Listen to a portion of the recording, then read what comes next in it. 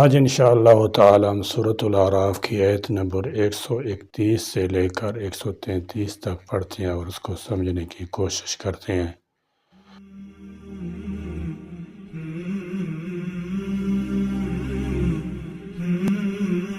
اعوذ باللہ من الشیطان الرجیم، بسم اللہ الرحمن الرحیم۔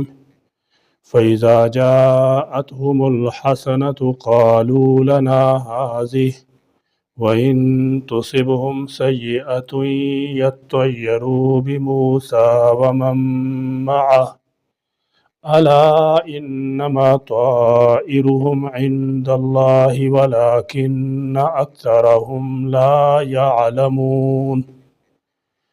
فَإِذَا پھر جب جاءتم آتی ہے ان کے پاس الحسنۃ بھلائی، قالو تو کہتے ہیں لنا ہمارے لیے ہی ہے، ہذہ یہ، وَإِن اور اگر تصبہم پہنچتی انہیں سیئۃ کوئی برائی، یطیروا وہ بدشگونی لیتے ہیں، بموسیٰ موسیٰ کے ساتھ، ومن معہ اور ان لوگوں کے جو اس کے ساتھ تھے، الا خبردار، انما بے شک، طائرہم نحوست تو انہی کی، طائر کے معنی ہے اڑنے والا یعنی پرندہ، چونکہ پرندے کے بائیں یا دائیں اڑنے سے وہ لوگ نیک فعل یا بدفعلی لیا کرتے تھے، اس لیے یہ لفظ مطلق فعل کے لیے بھی استعمال ہونے لگ گیا اور یہاں اسی معنی میں استعمال ہوا ہے۔ اللہ تبارک و تعالی نے فرمایا کہ خیر یا شر جو خوشحالی یا قید سالی کی وجہ سے انہیں پہنچتا ہے، اس کے اسباب اللہ تبارک و تعالی کی طرف سے ہیں۔ حضرت موسیٰ علیہ السلام اور ان کے پیروکار اس کا سبب نہیں۔ اس کا مطلب یہ ہوگا کہ ان کی بدشگونی کا سبب اللہ کے علم میں ہے اور وہ ان کا کفر و انکار ہے، نہ کہ کچھ اور، یا اللہ کی طرف سے ہے اور اس کی وجہ ان کا کفر ہے، عند اللہ اللہ کے پاس ہے، ولیکن اور لیکن اکثرہم ان کے اکثر، لا یعلمون نہیں وہ جانتے۔ اللہ تبارک و تعالی نے فرمایا کہ ہماری اس نشانی سے فرعونیوں نے کوئی نصیحت نہ پکڑی، بلکہ فَإِذَا جَاءَتْهُمُ الْحَسَنَةُ جب ان کے پاس بھلائی، آسودگی یا خوشحالی آتی تھی، انہیں صحت تندرستی حاصل ہوتی تھی، اناج اور پھلوں کی فراوانی ہوتی تھی، تو کہتے قالوا لنا ہذہ یہ ہمارے لائق ہے، ہمارا حق ہے، ہمیں یہ خوشحالی ہونی چاہیے۔ عام طور پر انسانی فطرت ایسی ہی ہے۔ اللہ تبارک و تعالی نے عام لوگوں کو یہی حال بیان کیا ہے۔ اللہ تبارک و تعالی نے عام لوگوں کا یہی حال بیان کیا ہے، جب ان کے اسباب معیشت میں اضافہ ہو جاتا ہے، رزق کی فراوانی ہوتی ہے، تو وہ خدا کو بھول جاتے ہیں اور اپنے علم و ہنر پر اترانے لگتے ہیں۔ خوشحالی کی نسبت اللہ تعالی کی طرف کرنے کی بجائے وہ اسے اپنی سائنس اور ٹیکنالوجی اور اپنی منصوبہ بندی کا مرہون منت تصور کرتے ہیں، اور جب خدا تعالی کی طرف سے گرفت آتی ہے تو پھر اپنی کوتاہیوں پر نگاہ کرنے کی بجائے خدا تعالی کا شکوہ کرنے لگتے ہیں، گویا اللہ تبارک و تعالی نے انہیں ان کی محنت اور علم و ہنر کا بدلہ نہیں دیا۔ اللہ تعالی جل شانہ نے فرمایا کہ فرعون اور اس کی قوم کا بھی یہی حال تھا کہ جب آسودگی آتی تو کہتے یہ ہماری محنت کا پھل ہے اور ہمیں ملنا چاہیے تھا، وَإِن تُصِبْهُمْ سَیِّئَةٌ اور اگر انہیں کوئی تکلیف پہنچتی، تنگ دستی میں مبتلا ہو جاتے، تو حضرت موسیٰ علیہ السلام اور آپ کے ساتھیوں کے ساتھ شگون باندھ لیتے کہ ان کی وجہ سے ہم پر نحوست نازل ہو رہی ہے، حالانکہ یہ بالکل بیہودہ بات تھی۔ حضرت موسیٰ علیہ السلام اور آپ کے ساتھی تو صاحب ایمان تھے، ان کی وجہ سے نحوست کیوں پڑتی؟ نحوست تو کفر و شرک اور بغاوت کی وجہ سے پڑتی ہے، اور یہ چیزیں فرعونیوں میں پائی جاتی تھیں، مگر وہ اپنی اصلاح کرنے کی بجائے اللہ کے نیک بندوں کو مطعون کرتے کہ جب سے انہوں نے وعظ و نصیحت شروع کی ہے اس وقت سے ہم پر نحوست چھا گئی ہے۔ قریش مکہ اور مشرکین عرب بھی حضور اقدس صلی اللہ تعالی علیہ وسلم اور آپ کے صحابہ کرام رضی اللہ تعالی عنہم کے متعلق اسی قسم کا شگون باندھ لیتے تھے۔ حضور صلی اللہ تعالی علیہ وسلم کا فرمان ہے، یعنی شگون باندھ لینا شرک کی قسم میں سے ایک قسم کا شرک ہے۔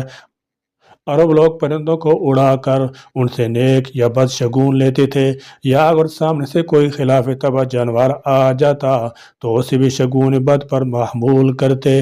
البتہ نیک فعل لینے کو حضور اقدس صلی اللہ تعالی علیہ وسلم نے پسند کیا ہے۔ اس کا مطلب یہ ہے کہ کوئی اچھا لفظ یا اچھا نام سن کر انسان کی طبیعت خوش ہو جائے تو اسے وہ نیک فعل سمجھے۔ اس سے یہ مراد نہیں کہ قرآن پاک سے یا دیوان حافظ وغیرہ سے فعل نکالے، یہ ناجائز اور بدعت ہے۔ اہل ایمان کو اس سے بچنا چاہیے۔ اسی طرح نجوم، کہانت، دست شناسی، رمل وغیرہ سب ناجائز ہیں اور ان کی کمائی بھی حرام ہے۔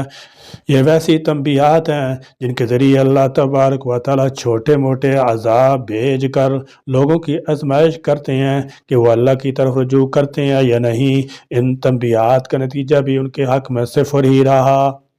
جب بھلے دن آتے تو کہتے یہ ہماری عقل مندی اور حسن تدبیر کا نتیجہ ہے اور ہم فی الواقع اس بھلائی کے مستحق تھے، اور جب برے دن آتے تو سیدنا موسیٰ علیہ السلام اور آپ کے اصحاب کو متون کرنے لگتے کہ ان لوگوں کی نصیحت سے ہمیں یہ برے دن دیکھنے نصیب ہوئے، ان کے اپنے گناہ کی طرف ان کی نظر ہی نہ جاتی تھی۔ حالانکہ یہ بات تو اللہ کے علم میں کہ ان کی نحوست کے اصل اسباب کیا تھے۔ وَقَالُوا مَهْمَا تَأْتِنَا بِهِ مِنْ آيَةٍ لِتَسْحَرَنَا بِهَا فَمَا نَحْنُ لَكَ بِمُؤْمِنِينَ۔ وَقَالُوا اور انہوں نے کہا، مَهْمَا جو بھی تَأْتِنَا بِهِ لائے گا تو ہمارے پاس مِنْ آيَةٍ کوئی نشانی لِتَسْحَرَنَا تاکہ تو ہم پر جادو کرے۔ ان کی عقل پر کچھ ایسے پتھر پڑ گئے تھے کہ قحط اور خشک سالی کے مصائب کو موسیٰ علیہ السلام کے جادو کا نتیجہ قرار دے رہے تھے۔ حالانکہ جادوگر میں ایسی ہرگز کوئی طاقت نہیں ہوتی کہ وہ اپنے جادو کے اثر سے کسی علاقہ پر قحط یا خشک سالی مسلط کر دے۔ اس کے باوجود وہ یہی کہتے تھے کہ موسیٰ علیہ السلام تم ہم پر کیسا بھی جادو کر دو، ہم کبھی تمہاری بات تسلیم نہیں کریں گے۔ بہا اس کے ساتھ، فما تو بھی نہیں ہے، نحنو ہم، لکا تجھ پر، بمومنین ایمان لانے والے۔ ایک تو فرعونی موسیٰ علیہ السلام پر اور ان کے ساتھیوں کا شگون لیتے تھے، اور دوسرا یہ بھی کہتے تھے وَقَالُوا مَهْمَا تَأْتِنَا بِهِ مِنْ آيَةٍ لِتَسْحَرَنَا بِهَا کہ جب تو ہمارے پاس کوئی نشانی لائے گا جس کے ذریعے ہم پر جادو کر دے، فَمَا نَحْنُ لَكَ بِمُؤْمِنِينَ تو ہم تم پر ایمان نہیں لائیں گے۔ ان کی بدبختی کی انتہا ہے کہ موسیٰ علیہ السلام کے لائے ہوئے معجزے کو جادو سے تعبیر کرتے اور کہتے کہ ہم اسے تسلیم نہیں کریں گے۔ مشرکین مکہ بھی معجزات دیکھ کر ایسے جادو کا نام دیتے تھے۔ معجزے کے اثر کا تو انکار نہیں کر سکتے تھے، مگر تعویل یہ کرتے تھے کہ جادو کے تحت ایسا ہوا ہے، لہذا وہ بھی اسی وجہ سے ایمان لانے سے انکار کرتے تھے۔ فَأَرْسَلْنَا عَلَيْهِمُ الطُّوفَانَ وَالْجَرَادَ وَالْقُمَّلَ وَالضَّفَادِعَ وَالدَّمَ آيَاتٍ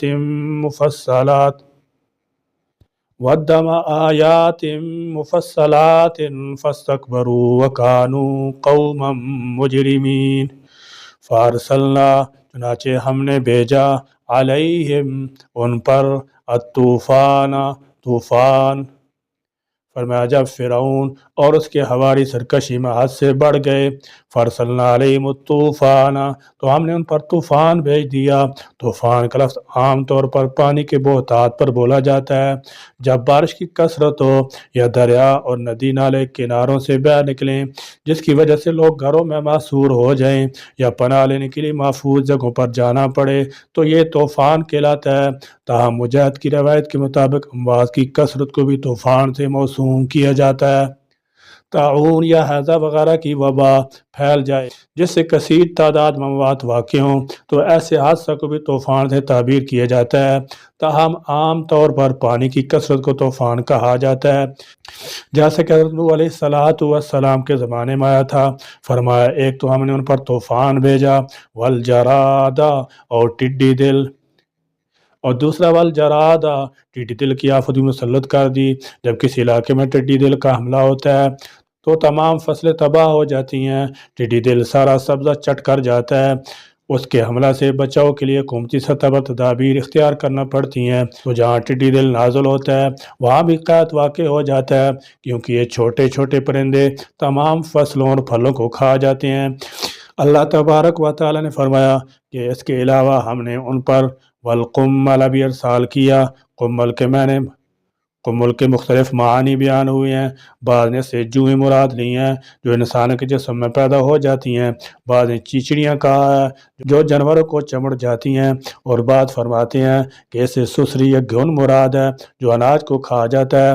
والضفادع اور مینڈک، والدما اور خون، آیات تمام نشانیاں، مفصلات الگ الگ، فاستکبروا تو انہوں نے تکبر کیا، وکانو اور تھے وہ قومن لوگ، مجرمین مجرم۔ اس خشک سالی کے بعد اللہ تبارک و تعالی نے ان پر زوردار بارش برسائی جو طوفان کی صورت اختیار کر گئی، اور اس سے ان کی فصلیں پانی میں ڈوب کر تباہ ہونے لگی۔ تو قوم نے سیدنا موسیٰ علیہ السلام سے التجا کی کہ اپنے پروردگار سے دعا کرو، اور بارش تھم گئی اور ہماری فصلیں بچ گئیں تو ہم پر ایمان لے آئیں گے۔ حضرت موسیٰ علیہ السلام نے دعا کی تو بارش رک گئی اور فصلیں بھی بچ گئیں، لیکن پھر وہ اپنے عہد سے پھر گئے تو اس کی سزا کے طور پر اللہ تعالی جل شانہ نے ان کی پکی ہوئی تیار فصلوں پر ٹڈیوں کے دل بھیج دیے۔ جب انہوں نے دیکھا کہ یہ ٹڈیاں تو ان کی ساری فصلوں کو چٹ کر جائیں گی تو پھر موسیٰ علیہ السلام کی طرف دوڑے اور پہلے کی طرح اللہ تبارک و تعالیٰ سے دعا کی درخواست کی۔ آپ کی دعا سے انہیں اس عذاب سے بھی نجات مل گئی اور انہوں نے غلہ کاٹ کر گھروں میں محفوظ کر لیا، تو پھر اکڑ بیٹھے۔ اب اللہ تعالیٰ جل شانہ نے سزا کے طور پر ان کے ذخیرہ کردہ غلہ میں سرسری کا عذاب بھیج دیا۔ قرآن میں قمل کا لفظ ہے جو چھوٹے چھوٹے جانداروں مثلا چیچڑی، مچھر، جوئیں، سرسری ایسی دوسرے کیڑوں کے لیے مستعمل ہے کہ ذخیرہ کردہ غلہ پر پڑے تو وہ ناکارہ ہو جائے۔ یہ صورتحال دیکھ کر وہ پھر موسیٰ علیہ السلام کے پاس آئے اور دعا کی درخواست کی اور ایمان لانے کا عہد و پیمان کیا۔ پھر جب آپ علیہ السلام کی دعا سے یہ عذاب دور ہوا تو پھر عہد شکنی کی تو اللہ تعالیٰ جل شانہ نے یہ عذاب نازل کیا کہ مینڈکوں کی اس قدر بہتات ہو گئی کہ کھانا کھانے بیٹھتے تو ہر طرف سے مینڈک چڑھ آتے، کبھی کھانے میں جا پڑتے، کبھی سالم کے برتن میں، اور کبھی ان کے کھانے کے لیے کھولے ہوئے منہ میں، اور پانی پینے لگتے تو وہ خون کی شکل اختیار کر جاتا۔ اور جب ان کا جینا دوبار ہو گیا تو پھر موسیٰ علیہ السلام کے پاس آئے اور وہی التجا اور وعدے کیے۔ آپ علیہ السلام نے پھر دعا کی، ان سے یہ عذاب بھی ٹل گیا، مگر پھر بھی وہ اکڑ بیٹھے اور ان سب تنبیہات کو جادو ہی کے کرشمے سمجھتے رہے۔ دنیا میں ہمیں اپنے نبی پاک صلی اللہ تعالی علیہ وسلم لائی ہوئی شریعت کا ظاہر و باطن پابند رکھے۔ مفسدوں کی راہ سے اللہ تبارک و تعالیٰ ہماری حفاظت فرما دیں، اور غیر شرعی اور لا یعنی امور پر چلنے سے ہمیں کامل طور پر بچا دیں۔ آمین۔ وآخر دعوانا الحمد للہ رب العالمین۔